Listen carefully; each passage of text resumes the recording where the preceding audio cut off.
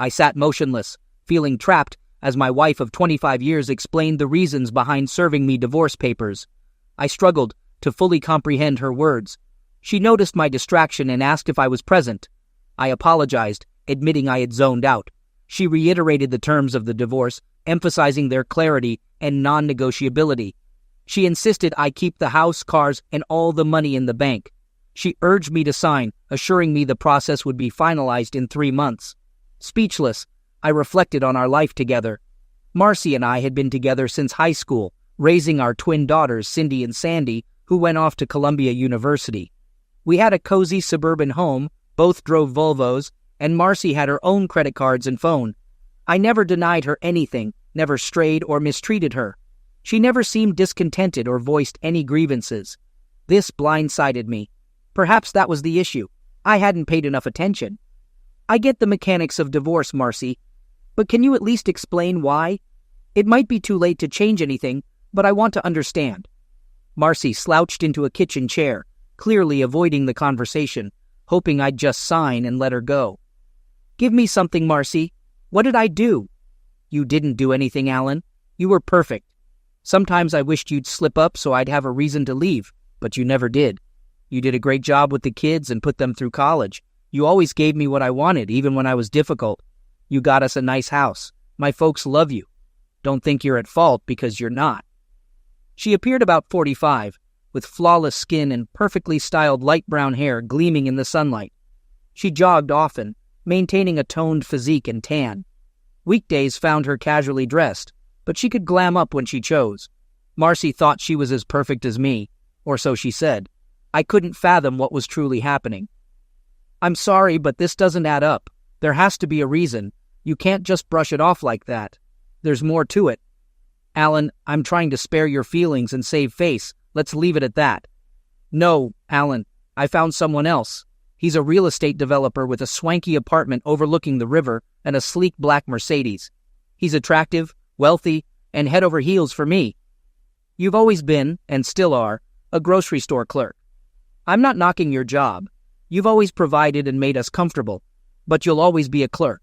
I wanted more. I never saw you strive for more. It hurt. Even though I managed the grocery department, she still saw me as just a clerk. When offered a chance to advance and move away, I declined to keep our family together. Look how that ended up. It stung, but I didn't think it was worth mentioning. Does this wealthy, good-looking guy have a name? Clayton Manning. He's the president of Keystone Development Company. How long have you known him? 6 months. Did you sleep with him?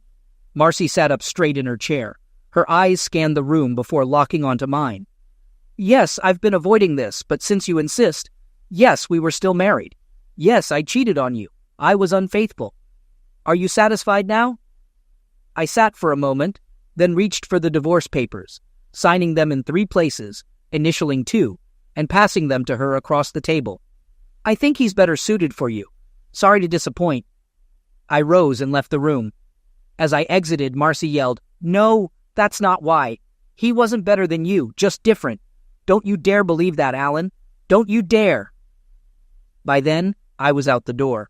I was so engrossed in my work and hobbies that I didn't even notice Marcy gradually moving her things out of the house. By the time she handed me the papers, she had already relocated most of her clothes and personal belongings to Clayton's apartment. She left behind all the wedding and family photos so I could enjoy them while she was gone. Upon returning home, she was nowhere to be found. Her Volvo remained in the driveway, and I assumed she wouldn't need it anymore. On the kitchen table, she had left a power of attorney to sell the house and car. I spent the rest of the night disposing of the beer in the refrigerator. By then, I realized there was no turning back, and I didn't want to either. Marcy was gone and would be gone the next morning. I contacted work and took 3 months of overdue vacation. They had been urging me to take time off, so there was no issue. I had plenty of vacation and sick leave. I quickly called the girls at school and briefly explained that we were parting ways, but refused to divulge more details. They wanted to call Marcy, but I didn't have her new phone number. With 3 months ahead to gather myself and figure out my next steps, I disconnected my landline, changed my cell phone number, and canceled the one Marcy had. The Volvo dealer assessed the low book value of Marcy's car. I had a high school friend, Terry, who was now a real estate broker. He agreed to sell the house without listing it at a low price and with a quick settlement. As a precaution, I canceled all my credit cards and opened new bank accounts. I cashed in my life insurance policies. It was time to get things in order.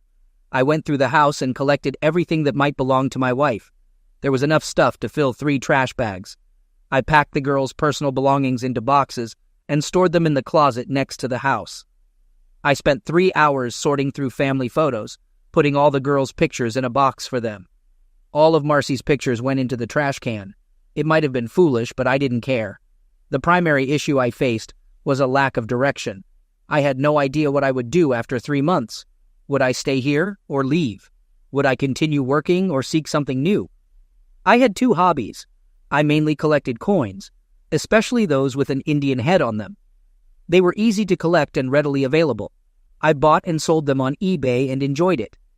My other passion was geocaching. It gave me an excuse to get outside and exercise. Marcy hated this activity because of ticks, poison ivy, and walking. I didn't see how I could make a living doing any of these activities. When I wasn't occupied with my hobbies, I devoted time to reading the Wall Street Journal. Cindy and Sandy gifted me a subscription every Christmas. While I had no interest in stocks and bonds, I absorbed everything related to farm commodities. I possessed more knowledge about sugar, wheat, and corn than most market analysts. However, it remained merely a hobby as I had no investments in it.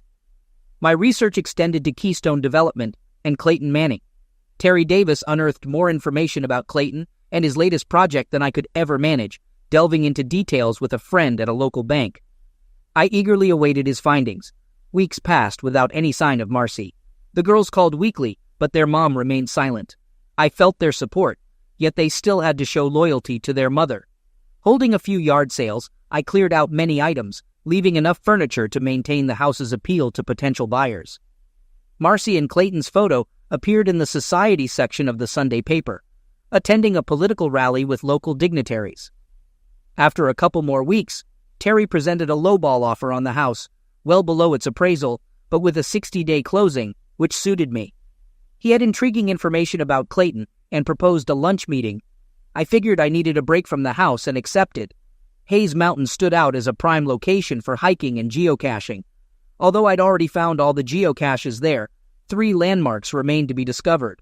Landmarks, metal rods set in concrete, scattered across the country, aiding surveyors and real estate professionals in delineating property lines. Locating these landmarks was akin to a bonus quest for dedicated geocachers. Today, I resolved to track down all 3 landmarks on the mountain, equipped with my GPS and a metal detector.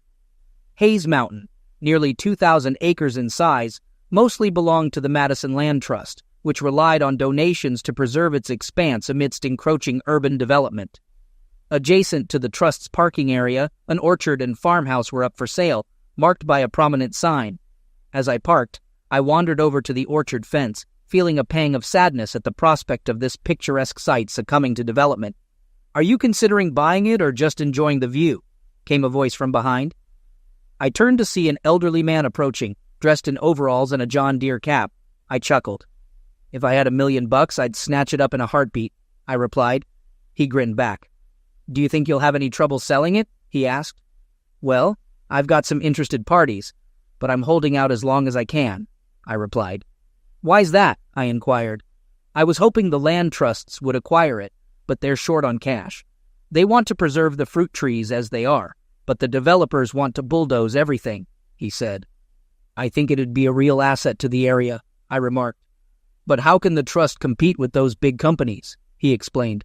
"I've offered them a good deal, even though it's listed for $1 million.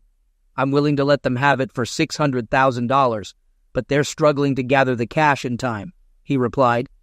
"If they can't, then that real estate guy gets his hands on it," he grumbled.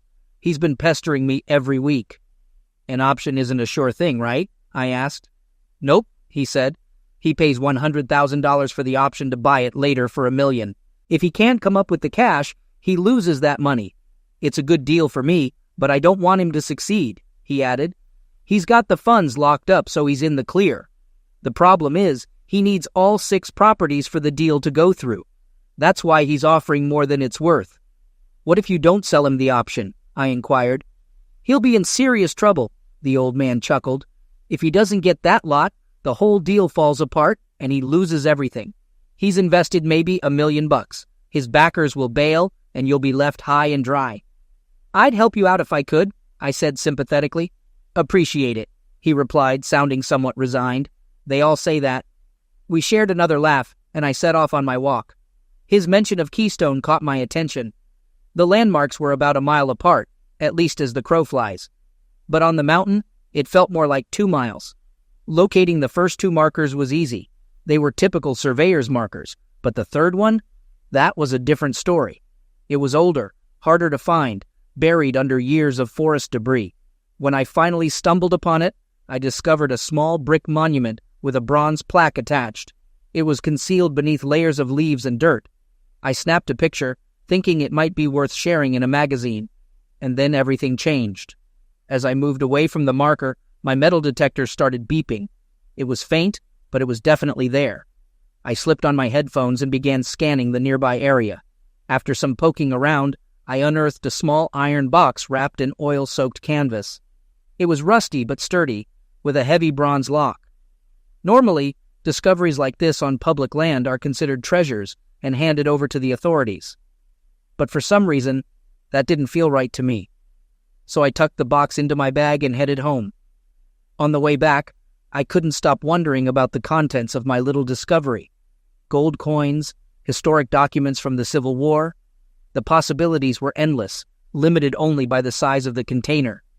Back at home, I cleared the kitchen table and carefully inspected my discovery. I hesitated to damage the lock, but seeing no other way in, I reluctantly decided to use my bolt cutter. Inside the box, beneath another layer of oiled canvas, lay a dozen pennies. But these were no ordinary pennies.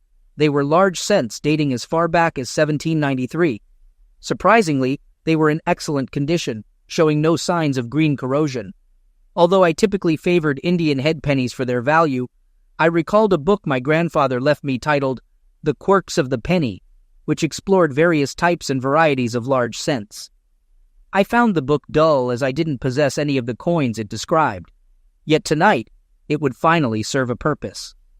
I stayed up until dawn, studying the pages with my grandfather's book and a magnifying glass. Using my scanner, I captured detailed high-resolution photos of each coin, revealing every tiny imperfection on the stamps and showcasing the condition of each coin. I slept in until noon, feeling refreshed, yet eager to check in on work. Upon calling, I learned that Phil Williams, a company executive, had inquired about me. However, with more pressing matters at hand, I didn't dwell on it. Acquiring a safe deposit box from the bank became my next priority. After extensive online research, I was astonished to discover that my pennies were valued at several $1 million, not just due to their age, but also their condition and stamp varieties. It made me understand why criminals went to great lengths to launder money. Converting my coins into cash wouldn't be easy. Over breakfast at IHOP, I noticed another photo in the paper of Marcy and Clayton at an art gallery opening, triggering my next move. Once the safe arrived, I contacted John Smart and asked him to delay any decisions about the land for a few days, which he agreed to. Then, I visited the Land Trust office to explore making a donation, to which they were enthusiastic. With the final divorce just 4 weeks away, I felt a sense of urgency. The remainder of the day was spent researching coin dealers and auction houses for any signs of trouble. Eventually, I settled on Towers and Burns in New York City, as they seemed equipped to handle controversial sales. Discreetly, I arranged an appointment with them for Monday afternoon to cap off the day. I called the girls and organized lunch together on Monday morning, keeping the morning free. Upon arriving at Towers and Burns, I was impressed by the modern, sophisticated showroom. After providing my name, I was escorted to a less glamorous section of the building. "Welcome to New York, Mr. Simmons. I hear you have some intriguing coins to show us. Is this your first visit to the city?" I took a seat opposite James Towers. Though his face was familiar from ads, he appeared a bit older now. "Thank you. My daughters attend Columbia University, so I've been here before, but never for business. While I don't doubt your expertise in coins, do you have a team member who specializes in early copper coins? Having them present could be beneficial." I'm not too touchy about it, and I think that's a great idea. He signaled to the intercom. Murray, could you have Cookson join us in my office? Maurice Cookson, known for his guides on large cents and half cents, soon entered. He appeared older than his photos, but then again, who doesn't mind looking younger? I have 12 special coins to sell today. I hope to sell 4 and keep the 5th for your consideration. The rest I'll retain for now. If today goes well, I'll offer those to you as well. I know it sounds incredible, but I believe 6 of them will qualify for conditional census status. Mr. Cookson can confirm whether I'm correct. Where did these coins originate? James inquired. They were handed down to me by my grandfather upon his passing, I responded. Not to cast doubt, Mr. Simmons, but the story is a bit hard to believe. Can you display what you have? I laid out 4 photos on the table, each exhibiting both sides of one of the coins I'm offering today. They were enlarged about 5 times their actual size and crystal clear. James and Morris scrutinized each photo carefully for several minutes. So what's your asking price for these 4? James asked. A quick glance at recent auctions suggests I could fetch about $1.3 million for them. I initially thought $1 million, but your figure isn't out of the realm of possibility, Morris remarked. He really knows his stuff when it comes to pennies, James added. I'm willing to offer $800,000 for the lot, but under one condition. What sort of condition are we talking about? I inquired. I have a special letter from the Land Trust about donating land. I'd like you to take a look at it, along with an advertisement for John Smart's orchard, I said, handing them over. I'd like you to purchase this plot of land and donate it to the Madison Land Trust. The price is $600,000. You'll score a hefty tax deduction and earn some serious karma points. Give us a moment, please, James said, motioning to Morris. They huddled at the far end of the room, deep in conversation, and after a few minutes, Morris stepped out and James returned to the table. Do you have any coins on you? He asked. Yes, and I've got a 5th one I'd like to keep in the mix, I replied.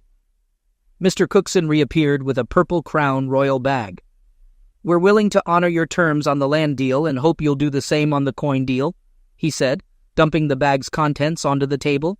It was a treasure trove of nearly 100 coins, mostly gold, with some silver mixed in. The retail value of this collection is around $300,000, James explained. For various reasons, we've had trouble selling them, but you shouldn't have any issues.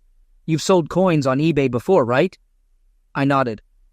Your grandfather's coins should fly off the shelves, and we'll both come out ahead, James said with a wink. After some consideration, I agreed. I handed over the 4 pennies to Mr. Towers, and we sealed the deal with handshakes all around. Now, Mr. Simmons, tell us about this 5th coin, James prompted. I held up the photo and described it as the top-rated 1793 strawberry coin I'd ever seen. I rated it an 8, but I'm no expert, I added. Both James and Maurice leaned in, eager to see the photo. Morris had a big grin, and James had a twinkle in his eye. How much? James asked. Best offer, as long as you can figure out how to pay me, I replied. Would you like some coffee, Mr. Simmons? Letitia, an absolutely stunning woman, asked as she entered the room. Sure, black's fine, I replied. They left the room. About 30 minutes later, James returned with Letitia. Letitia Rothberg introduced herself and inquired about Mr. Simmons's possession of a passport. He confirmed that he did indeed have one. She then informed him that they would soon be heading to JFK to establish a new offshore bank account for him. Letitia also asked if he had anything for Mr. Towers. Mr. Simmons handed over the 1793 strawberry, which elicited excitement from James. He expressed his gratitude before leaving the room. Although they didn't agree on a price, Towers showed great enthusiasm for the 7 coins. Mr. Towers agreed to hold on to the small bag of coins until Simmons returned. Shortly after, Letitia and Mr. Simmons found themselves seated on a plane headed for the Cayman Islands. She didn't say much during the flight. When we landed, photographers were clamoring to snap her picture. She seemed both irritated and amused by the attention. I was clueless as to why she was such a celebrity. It was my first time flying first class, and it was over in a flash. A bright yellow mini SUV awaited us at the terminal. Letitia wasted no time hopping into the driver's seat, flashing her tanned legs in the process. I couldn't help stealing glances. Feeling a bit flustered, she seemed to find my discomfort amusing. 20 minutes later, we arrived at a mid-sized condo building. Letitia owned the entire building but used the top floor as her personal space. "Care for anything, Mr. Simmons?" she asked as she left the room. Watching her leave was just as captivating as seeing her foot in the terminal. I'm not one to gush over women, but Letitia Rothberg was captivating. We stepped onto a small balcony overlooking the ocean. It was stunning, but the wind was a bit much for my liking. She was probably trying to impress me with the luxurious surroundings, but my mind was more on the new bank account. "You're not much of a talker, Mr. Simmons. Don't you have any questions?" she asked. "It strikes me as odd that someone of your stature would drink beer from a bottle," I remarked. "I'd imagine you sipping champagne or martinis instead." "I usually think it's best to wait, but I suppose you could tell me why we had to come here to open a bank account," I added. "It's a simple, secure place to stash your cash. I think it'll serve you well," she replied. "You've got 7 more coins after all. That still seems like overkill," I admitted. To my relief, we headed back indoors, away from the wind. "Can you handle this?" Letitia suddenly asked, catching me off guard. "I brought you here to be myself for a few days." Her unexpected comment brought a smile to my face. I knew she was joking, but it was a humorous moment nonetheless. She had a great sense of humor, looked stunning, and had a fortune to boot. What more could a guy ask for? "If only I were a decade younger. Teasing an old man won't do any good," I joked, and we both chuckled at the situation. "Come on, Mr. Simmons, let's go grab some fresh lobsters for dinner," she suggested, and we downed the last of our long necks before heading out the door. The restaurant was amazing, but the wine the hostess selected didn't agree with me. I tried to handle it politely, but my discomfort must have been evident. "What's wrong with the wine, Mr. Simmons?" she inquired. "I'm sorry, it's just a reflex. When I was 18, I got sick on cheap white wine, and ever since the smell or taste of it makes me nauseous," I explained. "But don't worry about it. It's good wine."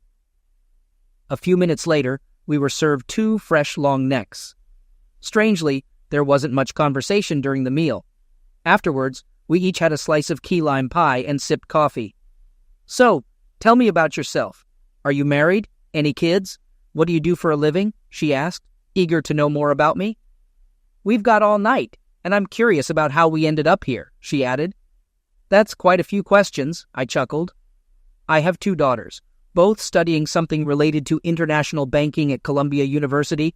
Honestly, I'm not entirely sure what they're studying. I just pay the bills." "That's interesting.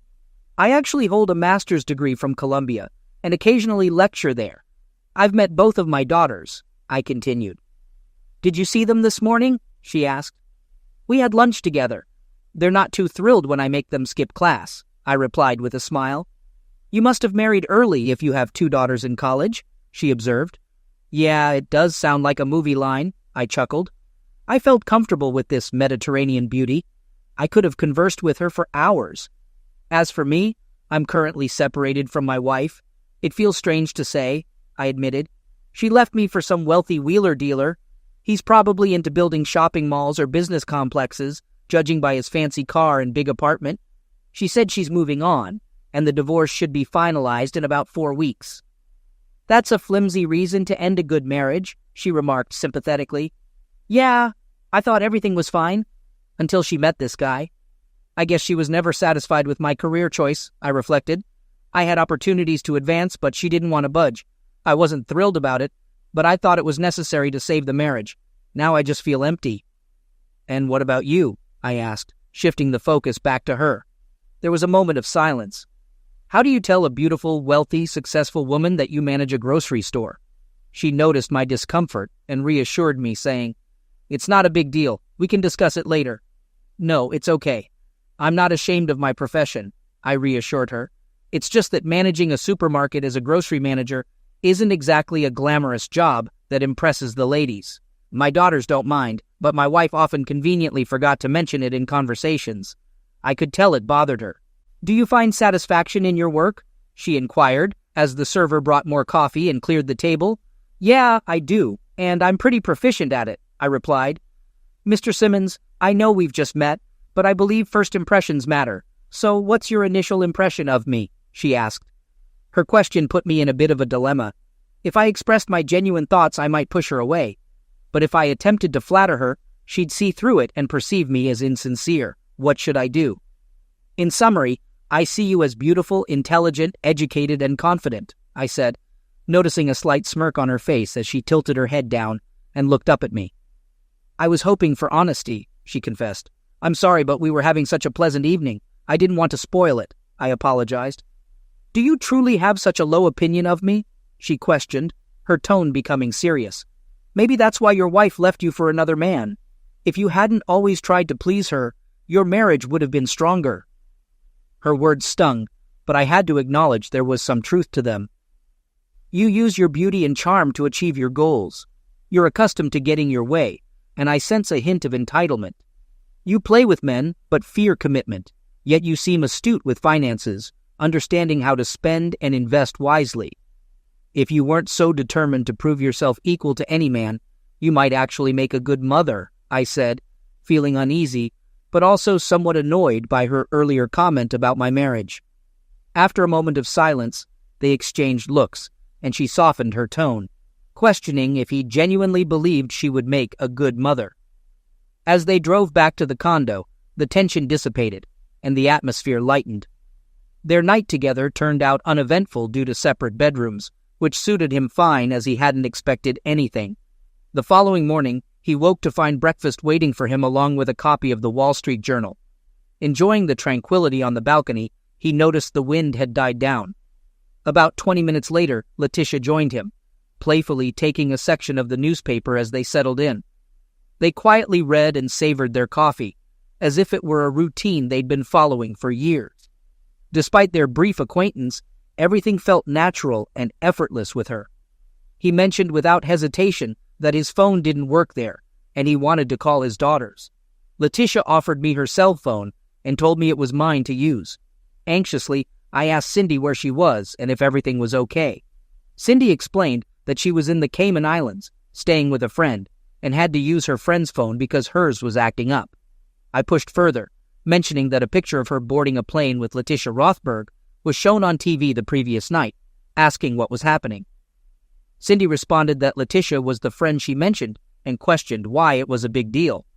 I cautioned Cindy about being cautious and warned her about Letitia Rothberg's reputation as a ruthless person as Letitia passed by with the breakfast tray. I introduced Letitia to Cindy as my daughter and mentioned that Cindy was in New York. Upon hearing Letitia's name, Cindy groaned over the phone, and I could hear her and her sister Sandy discussing something quickly on the other end. Why are you there? How do you know her? Are you coming home? Cindy bombarded me with questions. Before I could answer, Letitia was already reaching for the phone. Hi, Cindy. It's Letitia. Your dad told me about you and your sister. I'll be in New York tomorrow and would love to have lunch with both of you. Where should I pick you up? Of course, I couldn't hear Cindy's response from my end of the conversation. Okay, Cindy, talk to you later. Bye, Letitia said, handing me back my cell phone. Your daughter said goodbye. Looks like we're having lunch tomorrow. I'll be on my best behavior, even if they think I'm a shark, she chuckled, heading to her room. An hour later, we found ourselves at the Federal Reserve Bank of the Cayman Islands. With Letitia guiding me, I established my first offshore bank account. 20 minutes later, I saw that my new account had been credited with $4 million from Towers and Burns. It seemed like a fair price for 215 pennies. After our meal, she arranged for a friend to take us to feed manta rays. Over dinner, I asked about her job at Towers and Burns, and learned that she actually owns 60% of the company. So what else can you tell me about yourself? I prodded, feeling somewhat embarrassed about my lack of knowledge regarding her. I was born and raised in London. My dad's Syrian and my mom's Turkish. I hold an MBA from Columbia University. Relationship-wise, I've been engaged twice but haven't been in anything serious for over 3 years. I've learned not to trust men who show interest in me. Call it cynicism, but I often feel like they have ulterior motives, she shared. That's unfortunate, I responded, feeling a pang of sympathy. I was hoping for a ride back to the condo. Does that mean you don't trust me, you big idiot? She playfully teased. I'm sorry if I seemed insensitive. I didn't mean to. It's just hard for me to relate, I apologized, feeling a bit embarrassed. All right, let's just relax. We have a party to attend. She changed the subject, steering the conversation towards lighter topics. Later that evening, we ended up at a cocktail party in a prestigious hotel. She attracted all the attention, everyone treating her like royalty. Meanwhile, I did my best to blend in, feeling out of place in my New York street clothes. Initially, Letitia felt obliged to stick by my side, but I encouraged her to enjoy herself and let me fade into the background, where I felt more comfortable. However, she kept checking on me throughout the night. I ended up chatting with a couple of Hispanic gentlemen, cattle ranchers from Argentina. Our conversation started with soccer and eventually turned to fishing. Despite my limited knowledge, I tried to keep up, mostly nodding and smiling along. Then the topic shifted to investments when Ramon York brought up his interest in winter wheat. I listened intently as he explained his plans, though I couldn't help but wonder how someone with his apparent wealth could invest in something he seemed to know so little about. My confusion showed on my face. "Mr. Simmons, your expression tells me you're not on board with the winter wheat investment idea," Ramon observed, catching me off guard. My attempt to remain unnoticed had failed miserably. "I apologize, Ramon. I'm not really savvy when it comes to investing, and this topic is a bit beyond my expertise," I admitted, opting for a casual first-name basis to ease my discomfort. "But I have a feeling you've got some thoughts on the matter," Ramon persisted, trapping me into sharing my opinion. Feeling cornered, I mustered a weak smile. "I think I need another drink," I deflected, buying myself some time. For the next hour, I listened as an Alabama greengrocer elaborated on the promising winter wheat crop in Alberta and Saskatchewan, countering the poor harvest in the States. His explanation was thorough, but my mind struggled to keep up with the complexities of the discussion.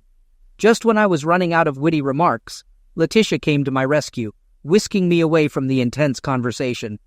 As we walked off, she questioned me about the unexpected turn of events. "What was that all about, Alan?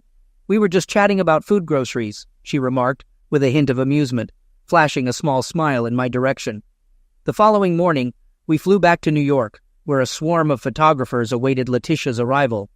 A courier from Towers and Burns handed me a package containing the coins I had left behind. After bidding Letitia farewell, I made my way to the commuter train terminal, headed back to Huntsville. The divorce proceedings and the sale of the house unfolded according to plan. Phil Williams from the main office had left me multiple messages, urging me to consider relocating to the company's headquarters in New York. This time, I agreed. John, overwhelmed, also reached out, asking for a lunch meeting at work. I tucked myself into my locker, bidding farewell to my colleagues. As I prepared for my upcoming move to a newspaper, I noticed a photo of Clayton and Marcy at a local politician's barbecue, looking like the perfect couple. With 3 weeks left, I spent a whole day scanning and identifying the coins from the bag I brought back from New York. Determined to maximize their value, I decided to list them on eBay as soon as possible. As long as I didn't encounter any shady characters, everything should go smoothly. It took an entire day to create those coin listings, along with preparing envelopes and labels for shipping. All the payments went into my PayPal account and then off to my new offshore bank. With the weekend ahead, I finally had some time to relax. My Friday lunch with John Simard was interesting. He seemed pleased that Clayton was involved, but wasn't happy that I didn't benefit from the deal. Trying to explain it to him would have been a headache. Lunch went well, and as he was leaving, he handed me the deeds to 5 acres of land on the outskirts of town. It seems good deeds do get rewarded. Not long after parting ways with John, my cell phone buzzed. Cindy and Sandy were landing in Nashville in a couple of hours, giving me plenty of time to pick them up. They chose Nashville because the airfare was cheaper than flying into Huntsville, and they were watching their expenses. It was easy to get there and pick them up. Cindy couldn't wait to talk about ILSH. The lecture hall was packed with over 300 students for an advanced corporate finance course. Mid-lecture, the professor paused to introduce Letitia to the class, and she entered confidently. After speaking to the class for about 10 minutes, she invited 2 students to lunch at the Western Hotel. We were shocked when she called out our names. "So, what did you guys think of her?" I asked as we hit the road. "She's amazing, Dad." "How did you even get to meet her?" Cindy blurted out, amazed. "Well, she mentioned she needed a personal assistant and I seemed to fit the bill," I joked, earning a nudge from Sandy. "That's not funny, Dad. Be serious," she scolded. "All right, what did you guys talk about at lunch?" I asked, steering the conversation back. She was curious about our classes and coursework, Sandy replied with a chuckle. And she had a lot of questions about you. We got the feeling she's interested in more than just friendship, Cindy added with a sly grin. But why you, Dad? She could have any guy, Sandy pondered, furrowing her brows. Yeah, think about it. From where we stand, you're a catch. But Letitia Rothberg doesn't know you like we do, remember? Even Mom didn't seem to know you that well, Cindy chimed in, her tone turning serious. The atmosphere between us grew heavy after my unintentional jab about their mother. I hadn't meant to sour the mood or turn them against her. I apologized, feeling the weight of my words. Your mom's a gem, and I shouldn't have said that. Don't worry, Dad. We understand more than you realize, Cindy reassured me with a gentle smile. We rode in silence for a while, until just as we crossed into Alabama, Sandy's phone rang. Hey, yeah, we got here about an hour ago. Great, no way. That's fantastic news. I'll let him know. Thanks for telling us. Talk to you later. Bye, Sandy said, ending the call with a grin. Looking in the rearview mirror, I saw Sandy giving Cindy a thumbs up. What's that about? I asked, curious. Leaning over the front seat, Sandy spilled the beans. Guess what, Daddy? Letitia is coming to Huntsville Tuesday morning. She expects you to cover the expenses for the night and serve up breakfast in bed, she exclaimed. I was flattered by the news, but also felt pressure from Letitia, and now my daughters. It all sounded fantastic, and I hoped I was up for the challenge, not just for this one thing. The weekend with the girls went smoothly. They spent Saturday afternoon with their mom, but Clayton was a no-show. I asked them to keep Letitia a secret from their mom.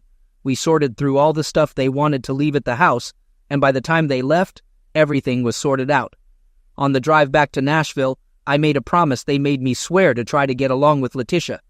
When I asked what they meant, Cindy chimed in, just don't tick her off. Simple enough. They were excited about my move to town, but I still couldn't understand what Letitia wanted from an old guy who didn't even own a suit that was in style. Back home, I relaxed with a beer and the Sunday paper. No snapshots of Marcy and Clayton this week, but there was a blurb about Keystone Development hitting a snag with local financing. Winter wheat futures were plummeting in value, which caught my interest. I called up Terry Davis and invited him over. It wasn't a fancy lunch, but a couple of cold ones and a chat would suffice. Clayton Manning had a checkered past, to say the least. He'd been on a roller coaster ride of wealth and debt, dodging creditors and friends who lent him money. His latest project was failing, and people who backed him were disappearing. I don't think beer ever tasted so good. Monday morning turned out better than expected. The coins I put up for auction fetched a better price than I had imagined. The appraiser valued the coins at around $300,000. They didn't seem like they'd be worth that much, but they easily could have fetched over $200,000 in just a little over 2 weeks. I'll be free. If you asked me 3 months ago, I'd have thought it was a nightmare. But today, I'm eagerly anticipating it. The folks buying the house had sorted out the financing and were ready to seal the deal. It struck me as funny how comfortable Marcy felt with Clayton, that she didn't need any of our shared stuff. I wondered if she grasped how uncertain her future was. At 3, I had a meeting with the buyers of the house. A fat $200,000 check went straight into my offshore account. They had no objections to me staying in the house for another week, which worked out for both of us. The next morning I got a call. Before I even had my morning coffee, an unknown caller officially informed me that Miss Rothberg would be landing at 10:45 a.m. on Delta Flight 724. I arrived 30 minutes early, feeling a bit nervous. Some paparazzi had caught wind of her arrival and were camping outside the terminal. I tried my best to lay low. I parked in short-term parking, not expecting all this fuss. Instead of waiting for me to pick her up, she chose to walk alongside me behind the car. Naturally, the photographers caught my license plate, and the secret was out. I'm not used to all this attention, but Letitia seemed unfazed by it. She even apologized to me for it. On our way home, I couldn't help but remember how, as she stepped off the plane, I had the urge to kiss her. Silly old man. I felt sheepish about the emptiness of the house. Over the past few months, I'd gotten rid of everything I could. The only things left were the essentials that the new owner had agreed to take over once I left. My guests found my attempts to apologize amusing. There wasn't a crumb in the house, so we swung by Taco Bell for a quick bite, her choice. I promised her some dreamland ribs for dinner. It was refreshing to be around a woman with a hearty appetite. I expressed my confusion to Letitia about her presence, mentioning my assumption that she would be back to her usual routine. Letitia clarified that her visit was business-related, with a chuckle. She informed me that she had heard about my upcoming move to New York and offered her spare room for me to stay temporarily. She mentioned arranging for a moving truck to help with the relocation. When I asked how she found out about my move, she casually replied that it was her knack to pay attention to details.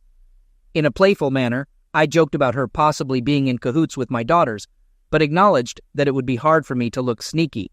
Despite being caught off guard by her offer, I couldn't find a reason to decline it and agreed to start packing with her. I had imagined she'd be more comfortable in a fancy boardroom or a posh bank, but she seemed content just shooting the breeze with me. Still, I couldn't shake off the slight awkwardness due to our age difference. As we sorted through my belongings, we ended up tossing out more stuff than we kept. She had strong opinions about my closet, and she didn't budge. Despite my pleas for mercy, she promised to take me shopping for some decent clothes once I got settled in New York. Once we finished packing, there were more boxes than would fit in my car, but not quite enough for a moving van. I hoped she had arranged for a small truck. I set aside my laptop and a little inkjet printer to check on an eBay auction. We were just about to sit down for dinner when another surprise popped up. A delivery van pulled up in front of the house. Letitia and I watched as the driver, dressed smartly, hopped out with a clipboard. "Are you Alan Simmons?" he asked. "I've got a delivery for you. Where do you want it?" "What in the world is this?" I muttered, puzzled. "It's for Mr. Ramon Jordan," the driver explained. "Got space in the garage." The spot where Marcy's Volvo used to sit was now vacant. I pointed in that direction and nodded. I caught Letitia covering her mouth, trying to stifle her laughter. I guess she found my confusion amusing. 5 minutes later, I was staring at a sleek orange sports car parked next to my old Volvo. "What in the world is this?" I exclaimed. With a hint of pride, the courier declared, "This here's a 28 Lamborghini Gallardo Spider Superleggera, a model. Ain't she a beauty?" Letitia could hardly contain her giggles. She wasn't causing a scene, but it was evident she was thoroughly enjoying herself. I signed off on the delivery and watched the courier leave in his fancy getup. I had no clue what I'd do with my new gift, but one thing was certain: I wasn't hauling it all the way to New York. Miss Funnypants here can keep her fancy wheels. My guest still had a smile plastered across her face as we drove off. I ordered up a full rack of ribs and a couple of brews. "Care to fill me in on the deal with the car?" I asked, curious. "Ramon. Big on winter wheat. Everyone thought he was nuts as prices started to tank, but he doubled down on contracts, and in less than a week, he raked in over $40 million, she explained. He was pleased with the cash, but the compliments about his clever move made him even happier. "Well, good for Ramon. Hope he didn't drop my name," I remarked. "Apparently he wanted to give you credit, but only if you were cool with it. He thanked me for bringing you to the party and wanted your address. I didn't know he planned to do that, though." As the ribs arrived, I watched Letitia dunk a few into Tabasco sauce before digging in. "Man, I adore that girl." "You know I'll be sending this back tomorrow, right?" I asked. "That's what I figured. No worries. Ramon won't be offended. He would have offered the money outright, but he probably thought you'd decline. That way you'd feel more obliged to keep it. We had to order extra beers because of all that Tabasco. I was feeling good and didn't want the night to end. At that moment, I would have given anything to spend the night with this gorgeous young lady. I envied those smooth, charming guys who could charm any girl into bed in a heartbeat. All I could hope for was a goodnight kiss. We couldn't chat all night, so eventually I had to head home. The next morning was fantastic. Turns out all my worrying was for nothing. As soon as we stepped into the house, Letitia grabbed my hand and led me to the bedroom. Being the gentleman I am, I made sure to tend to her needs first, and in return, I was treated to the best night of passion in my secluded life. Breakfast in bed was simple juice, coffee, and a Danish. "Sorry, it's the best I can do under the circumstances," I apologized. "It's perfect," she assured me, although eating off a tray in bed isn't as comfy as it sounds. After a few laughs and some adjustments, we relocated to the kitchen. "Breakfast in bed sounds fancier than it really is, Letitia," I chuckled. "Not to spoil the mood, but I'm curious why you chose me. I don't have much to offer and you deserve someone great. I've been burned by slick, charming lovers before. I won't fall for that again, she explained. I get it. You're into me because I'm not a player or an idiot, I replied. She found this amusing and chuckled. She said, Alan, I was impressed with your deal with James in New York. I replied with a shrug. Just sold some coins, nothing major. She then added, I found your plan to buy trust land intriguing. Smirking, I responded, Me? A philanthropist? Nah. I see myself as a cunning guy who took advantage of a unique situation to mess with his wife's lover. She laughed, and I couldn't help but smile too. I was amazed at her intelligence and how well she hid it. Was that a mistake on my part? I asked. No, Alan, that was brilliant, she reassured me. Her curiosity about me was piqued, and she wanted to learn more. You couldn't possibly have known what I was up to in New York, I protested. True. When I found out later, she admitted. You were checking up on me, weren't you? I realized I'm not naive. Admittedly, the boost to my self-esteem felt good. Unfortunately, Letitia had an early morning flight back to New York. Saying goodbye was tough, however. She left me feeling content and even entrusted me with the key to her apartment. The dealer couldn't pick up the Lamborghini until the next day, but that was fine since I had no intention of driving it. The movers arrived with a small truck to transport my belongings to New York. Terry Davis called with troubling news about Keystone Development's financial woes. Clayton had lost most of its backers almost overnight, and rumors swirled about missing funds. That evening, my almost ex-wife paid a surprise visit. So what do I owe this unexpected pleasure? I inquired. I need to talk to you about some things, she replied. I'm leaving in a few days, but I'll help you in any way I can. Noticing the absence of my old Volvo, Marcy questioned the orange car in the garage. Sorry, Marcy, I sold the Volvo back to the dealer after you said you didn't want it. As for the orange car, it was a gift, but I plan to return it tomorrow, I explained. Marcy was surprised by this term of affection. Curious about the expensive gift, she speculated if it came from my new girlfriend. No, it was a gesture of gratitude from a cattle rancher I helped, I clarified. As the conversation shifted, Marcy hesitated before asking about the money from the house sale. It's all gone, I admitted. You said you didn't want anything, so I used the money to set up my new apartment for the move. Marcy seemed puzzled, but accepted the explanation. When asked about my destination, I disclosed my upcoming move to New York for a new job and a significant raise. However, I chose not to mention my plan to live with Letitia. I wasn't planning on spilling the beans about the Cayman bank account either. You never mentioned what happened to the apartment? She queried. It was just leased. The lease ran out and the owner didn't want to renew it, I clarified. Where are you living now? She asked further. We're staying at the Holiday Inn until Clayton finds us a new place, I informed her. I understand now, I commented, grasping Marcy's motives for wanting to move into our old house. She seemed a bit puzzled.